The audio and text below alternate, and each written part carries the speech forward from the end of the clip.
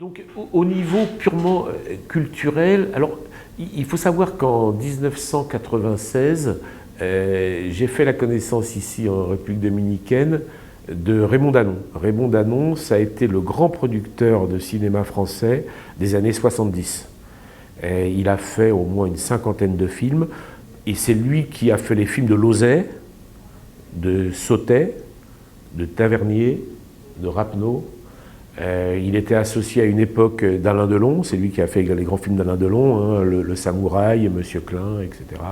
Il avait fait également, il avait gagné l'Oscar du meilleur film étranger avec Madame Rosa, avec Simone Signoret, etc. Et je l'ai connu un peu par hasard en République dominicaine, parce qu'il avait, pendant la Deuxième Guerre mondiale, il s'était réfugié à Cuba.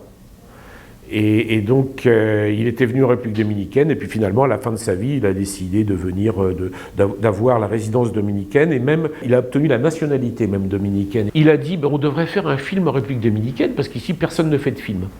Et donc, en 1996, on avait contacté un personnage, donc un des pionniers du cinéma dominicain, qui s'appelait Péricles Meria, qui d'ailleurs est décédé il n'y a pas très longtemps, et dont on vient de faire l'hommage maintenant. Donc l'association du cinéma dominicain vient faire un hommage à Péricles Meria.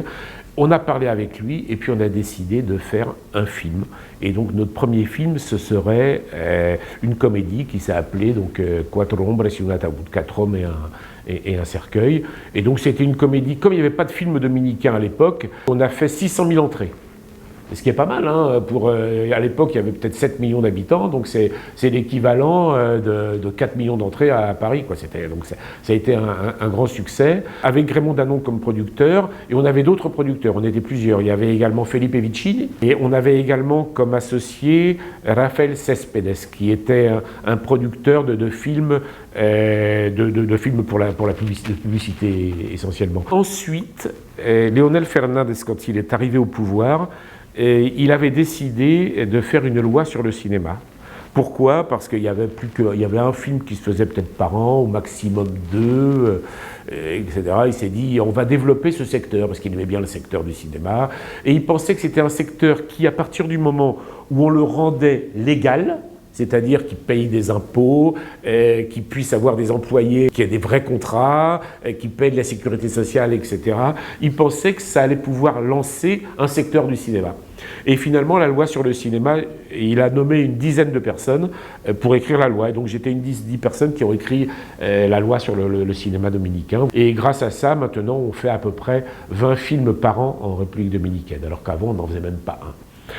En 2008, avant qu'on ait fait la loi sur le cinéma, j'avais été approché également par un écrivain dominicain qui m'avait dit « Tu sais, tu as fait un film en 96, etc.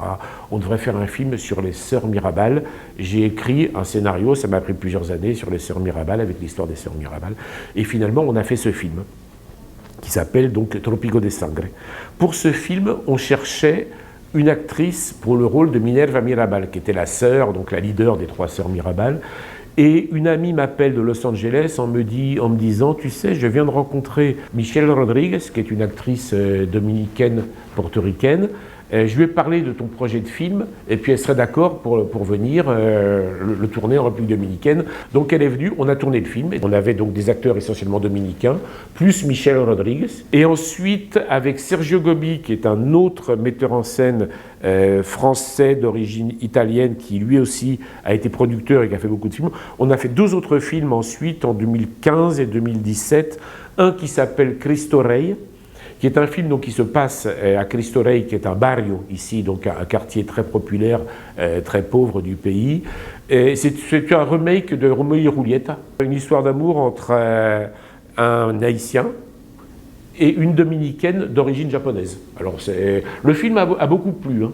Et ensuite, on a fait avec lui un autre film qui s'appelle L'Étrangère, qui est un remake d'un film que Sergio Gobi avait fait dans les années 60, qui avait très très bien marché.